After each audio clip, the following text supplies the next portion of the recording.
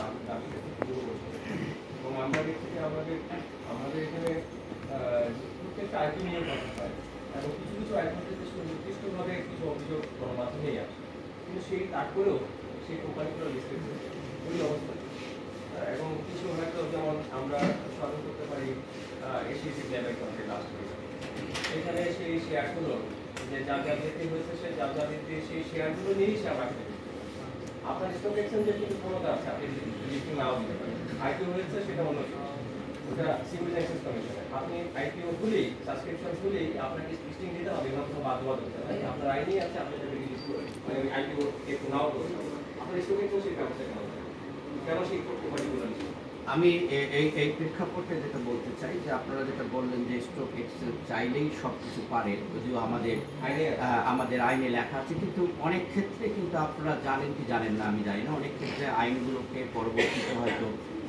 বিভিন্ন ক্ষেত্রে সংশোধন করা হয়েছে, বিভিন্ন রেসপেক্টে আমরা লিস্টিংটা কিন্তু আমরা বারবারই আমাদের বোর্ড আসার পরে আমরা বিসিকের কাছে বলে আসছি লিস্টিংটা আমাদের হাতে ছেড়ে দিতে হবে। বুঝতে পারছেন, আমরা লিস্টিং করব কারণ এরা আমাদের কোম্পানি, এরা আমাদের প্রোডাক্ট, এদেরকে আমাদের নিয়ে চলতে হবে। সেই রেসপেক্টে আমি বলতে চাই যে আমরা এই জন্য বলছি যে আইপিওর ক্ষেত্রে যে রুলস রেগুলেশনসগুলো আছে সেগুলো কিছুটা আমাদের চেঞ্জ করতে হবে, রিস্ট্রাকচার করতে হবে।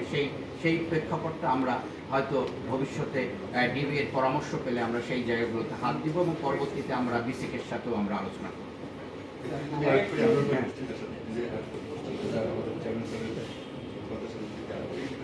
কমিশনের প্রিরোগেটিভ আছে, যদি লিস্টিং যদি মানে এক্সচেঞ্জ যদি ডিনায় করে তারপরে কিন্তু কমিশনের প্রিরোগেটিভ আছে সেটা দেওয়া।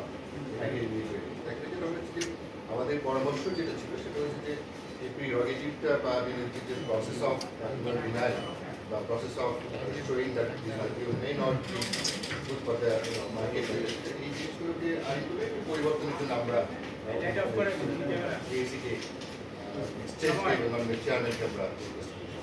আমি তাহলে একটু সাপ্লিমেন্ট করি আপনার সাথে। আপনার জিনিসটা হচ্ছে যে যখন কমিশনের যে কোনো জিনিস অর্ডার করার মানে আইনি ক্ষমতা সেটা করতে পারবে, তাহলে আপনি যেটা করতে চান না সেটা আপনি কেন পাবলিককে বলে দেন না যে আমি এটা করতে চাচ্ছিলাম না কিন্তু আমাকে এই অর্ডারটা দিয়ে দিয়েছে, আপনি তো আর এটা পাবেন না।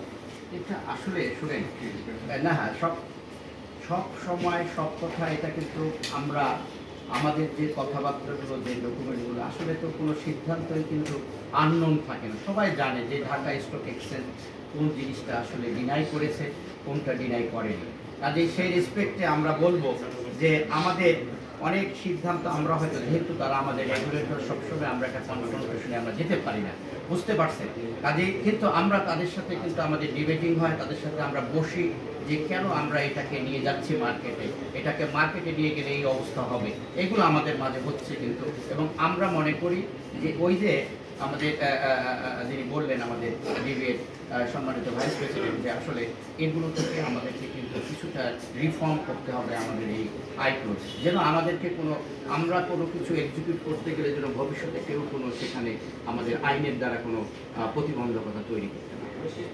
হ্যাঁ, আমার এই জায়গাটা সেটা হচ্ছে যে তার মানে স্টক এক্সচেঞ্জ ভালো করতে চাই, যেমন আপনারা ধারাবাহিকভাবে মিটিং করতেছেন, তার মানে হচ্ছে কি ঘটনাটা এরকম যে রেগুলেটরি চায় না মার্কেটটা ঠিক করে, এই ধরনের পরিস্থিতি দিয়ে তো কখনোই ভালো মার্কেট হবে না।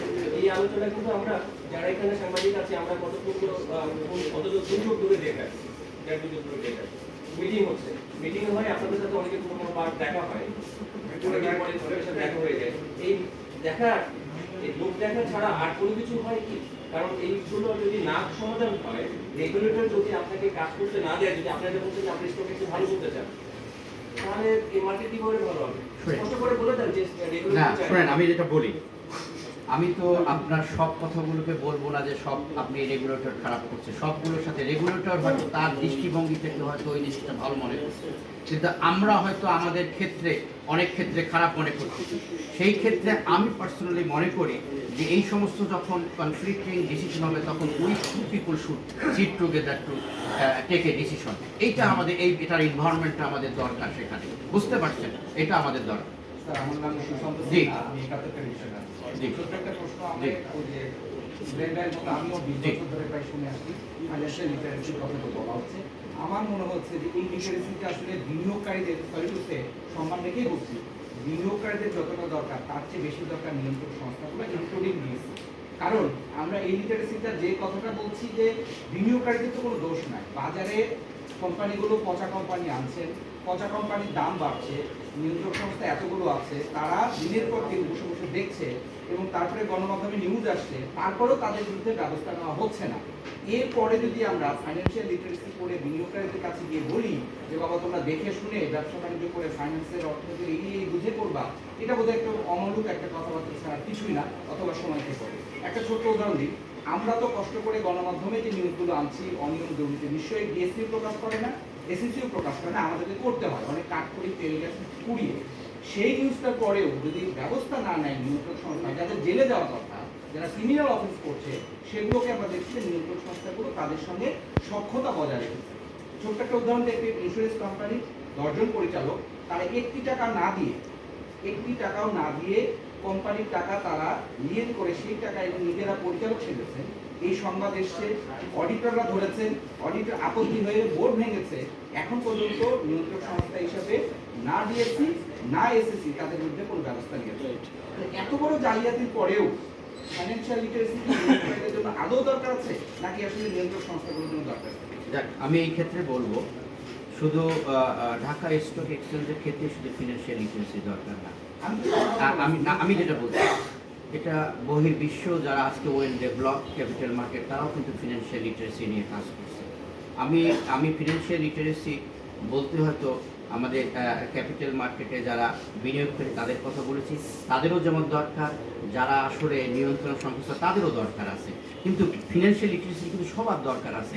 এটা আপনি বলবেন না যে মার্কেটের একটা খারাপ অবস্থার কারণে লিটারেসিটা ফিনান্সিয়াল লিটারেসিটা আমরা স্টপ করে দেবো, এটা কিন্তু না। আমি ওই যে স্টক হোমে গেলাম, সেখানেও তারা বলছে ফিনান্সিয়াল লিটারেসি আমাদের দরকার, বিনিয়োগকারী বলেন সবার জন্য দরকার। এই ক্ষেত্রে আমি বলবো যে ফিনান্সিয়াল লিটারেসিটা আমাদের সব সময় দরকার, এখনও দরকার, পরবর্তী সময় দরকার। আর যে প্রবলেমটার কথা আপনি বললেন যে স্যার আসলে এই যে যেরকম বিভিন্ন রকম অকারেন্স ঘটছে, সেখানে কিন্তু আমরা সেটাও কিন্তু আলোচনায় আসছে, কিন্তু আমাদের আলোচনায় সেখানে আইনের কোনো ফারাক আছে কিনা, নাকি আমাদের দোষের কোনো কারণ এগুলো বেরিয়ে যাচ্ছে, সেগুলো আমরা আলোচনা করছি। কিন্তু আমি একটা জিনিস দৃঢ়ভাবে বিশ্বাস করি, যখন কোনো আলোচনা হয়, যখন আপনি যখন আলোচনা করব, যারা এটা এক্সিকিউশন তাদের মাঝে যখন আলোচনায় আসে, তখন কিন্তু এটা একটা ভালো দিক। এটা কিন্তু একটা আলোচনা যখন নিজেদের মধ্যে হচ্ছে, তখন কিন্তু এটা সামনের দিকে ভালো হওয়ার একটা সুন্দর লক্ষণ। আপনারা আমরা যারা করতেছি, তাদের চেয়ে যারা এক্সিকিউট করবে, তারা যখন আলোচনা করে, নিশ্চয়ই তারা হয়তো এটাকে এক্সিকিউট করার জন্য সুষ্ঠুভাবে চিন্তা করছে।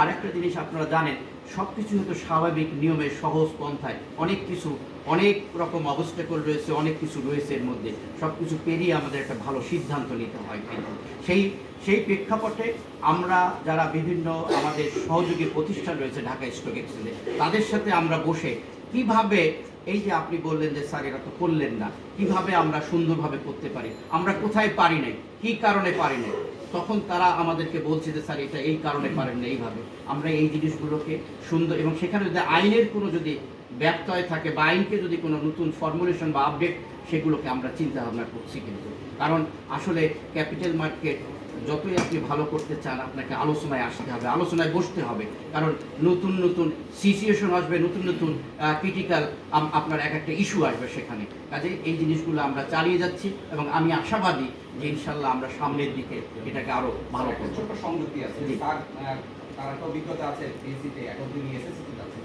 এখন বাংলাদেশের সমস্ত কর্মকাণ্ড কিন্তু অফলাইনে চলছে, কিন্তু আমরা দেখছি যে কোম্পানিগুলো ম্যানুফ্যাকচার করছে কিংবা কারসাজি হচ্ছে, সেই কোম্পানিগুলোর যে বার্ষিক যে তাদের যে এজিএমটা হচ্ছে, সেটা তারা অনলাইনে করছে। এমনকি মাল্টিনেশনালগুলোকে অনুমতি দিচ্ছে, ছোটগুলোকে অনুমতি, দেশিগুলোকে অনুমতি দিচ্ছে। তাহলে এই যে এই সিদ্ধান্তটার জন্য কি আপনি বিনিয়োগকারীরা সাফার বা বিনিয়োগকারীদের সাফার হচ্ছে, তার জন্য কি তাকে দায়ী করবো, নাকি নিয়ন্ত্রণ সংস্থাগুলো কেন তাদেরকে জুমে মিটিং করার জন্য অনুমতি দিচ্ছে? এখন তো সেই পরিস্থিতি নাই, প্রধানমন্ত্রী মাঠে দৌড়ে বেড়াচ্ছে, সমস্ত প্রোগ্রাম মাঠে হচ্ছে, কিন্তু আপনি এজিএম করার জন্য অনুমতি দিচ্ছেন যে তারা অনলাইনে করবে। কিন্তু স্যার কোম্পানি দখল হয়ে যাচ্ছে এইভাবে। না, ঠিক আছে, অনেকগুলো উদাহরণ আছে। আপনার সাথে আমি পুরোপুরি একমত। কোনো একটা সময় গিয়েছে যে সময় আমরা অনলাইনে করতাম, যেমন আমরা কিন্তু আমাদেরও একটা সময় গিয়েছে, আমরা নিয়ন্ত্রণ সংস্থা হিসেবে আমরাও কিন্তু অনলাইন মিটিংয়ে বসেছি। আমরা রিসেন্টলি মিটিংয়ের ব্যাপারে বিসিকের কাছে বলেছি যে আমরা অনলাইনে মিটিং করতে বিসেক কিন্তু আমাদেরকে সেই অনুমতিটা দেয়নি, অল্প বলেছে যে আপনাদের 1/3 বা 2/3 অনলাইনে মিটিং করতে পারবে, বাকি সবাইকে প্রেজেন্ট থাকতে হবে ফিজিক্যালি। আসলে এই বিষয়গুলো আমি মানে আমার মনে হয় এই বিষয়গুলো এখন আপনারা যেমন অ্যাড্রেস করছেন, আমরাও বিসেকের এগুলা আমরা বিসেকের কাছে উপস্থাপন করতেছি যে এই সমস্ত কোম্পানিগুলো যাদেরকে অনলাইনে এজিএম করার অনুমতি দিচ্ছি, যারা একটা সর্বশান্ত কোম্পানি, যারা আসলে আমাদের বিনিয়োগকারীদের সাথে সম্পর্কহীনভাবে কাজ করছে, তাদেরকে এইভাবে কাজগুলো করা ঠিক হবে না। এগুলো কিন্তু আমাদের আলোচনার মধ্যে আছে এবং আমরা ডিসকাশন করছি কিন্তু তাদের সাথে। আমি মনে করি এটাকে আপনারা পজিটিভলি নেন, কারণ যেহেতু আমরা এগুলোকে হ্যান্ডেল করছি, একটা সময় গড়িয়ে গেছে, এখন একটা চেঞ্জ, একটা ট্রান্সফরমেশন আসছে। ট্রান্সফরমেশন হয়তো কিছুটা একটু থাকবে এগুলো, যেগুলো আমরা ভবিষ্যতে হয়তো পুরোপুরি 100% চেঞ্জ করে ফেলবো। স্যার, আমি মেহেদী হাসান, 21 টেলিভিশন। জি। এই মার্কেটে লিস্টেড কোম্পানি অনেকগুলি আছে, একেবারে কম না। প্রত্যেকটা কোম্পানি বিভিন্ন ডিক্লারেশন দেয়। তারা যে ডিক্লারেশনটা দিচ্ছে প্রফিটের বা লসের, তারা সঠিক লাভ করেই লাভের ইনফরমেশন দিচ্ছে না, লস করে লস দেখাচ্ছে, এটা যাচাই করার সক্ষমতা আপনাদের আছে কিনা? ধরুন XYZ একটা কোম্পানি আমি চালাই, একবার আমি লস দেখালাম, বেনামে কিছু শেয়ার কিনলাম, তারপরে আবার লাভ দেখায় আবার বিক্রি করে দিলাম, তো এই তো ভালো ব্যবসা। আর কোম্পানি চালানোর দরকার কি? না, এখন যেটা যে জিনিসটা আমরা বলছি, আমাদের তো অবশ্যই সক্ষমতা আছে। আপনারা দেখবেন যে আমরা যখন কোনো একটা কোম্পানিকে লিস্টিং করার, স্পেশালি আমরা যখন সুপারিশ করি, তখন কিন্তু আমরা এটাকে ইনভেস্টিগেট করি, এর পুরো ডকুমেন্টগুলোকে কিন্তু আমরা যাচাই বাছাই করি, এর অ্যাকাউন্টসগুলোকে আমরা চেক করি, সব কিছু আমরা চেক করি। এখন এরপরও কিন্তু আমি বলবো না যে আমাদের 100% এই চেকিংগুলো হয়তো অ্যাকুরেট হচ্ছে, দু একটা হয়তো ফাঁক দিয়ে বেরিয়ে যাচ্ছে। তবে আমি যেটা বলবো, আমরা এই বোর্ডে বসার পর আমরা যেটা লক্ষ্য করেছি, আমাদের যে দৃষ্টিতে যে কোম্পানিগুলোকে এই নতুন বোর্ড আসার পর যেগুলোকে লিস্টিংয়ের জন্য আমরা রিকমেন্ড করেছি, আসলে সেগুলোর মধ্যে আমরা এই ধরনের কোনো মানে মিসহ্যাপ এখনও দেখিনি। হয়তো আমাদের ভবিষ্যতে কী হবে সেটা আমরা বলতে পারছি না, কিন্তু আমরা চেষ্টা করছি সত্যভাবে, সঠিকভাবে যেন মার্কেটে ভালো কোম্পানিকে লিস্টিং করে আমরা আনতে পারি।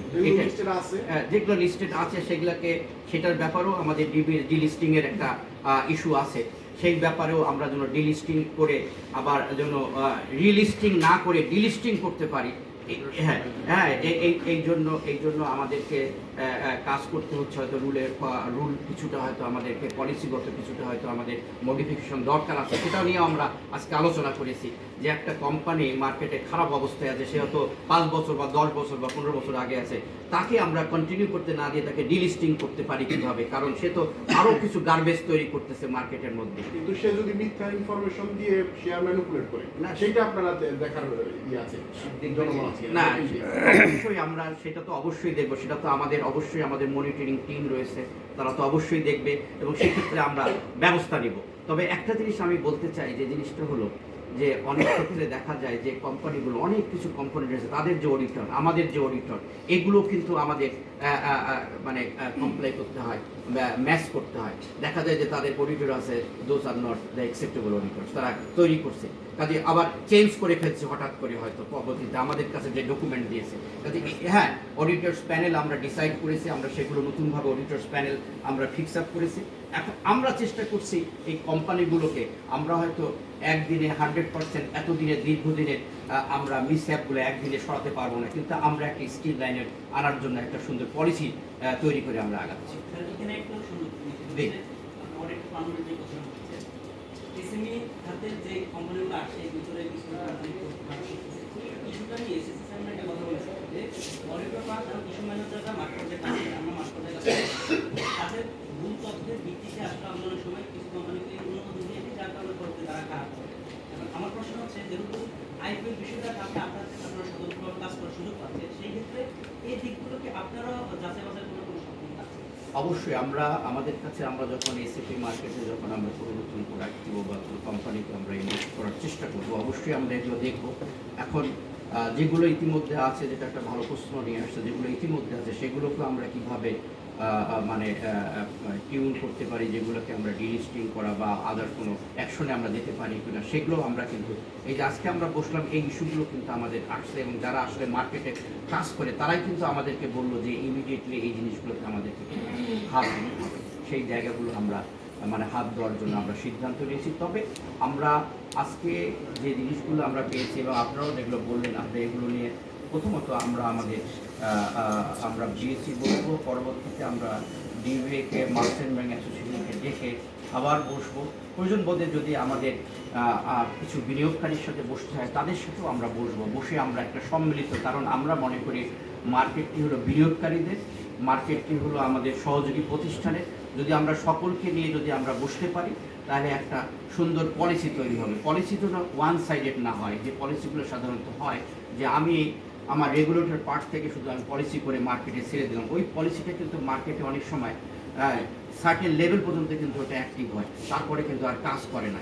এই জায়গাগুলোতে কিন্তু আমাদের কিন্তু ইমপ্রুভমেন্টের ব্যবস্থা করতে হবে, যে আমাদের যে স্টেক হোল্ডার আছে তাদের স্টেক হোল্ডারদের সাথে আমাদের বসে একটা সুন্দর পলিসি রিফাইন করে আমাদেরকে সামনের দিকে আনতে হবে। সেই উদ্দেশ্যে কিন্তু আমরা মার্কেট ডেভেলপমেন্টের পাশাপাশি এই কাজগুলো আমরা চিন্তা করছি।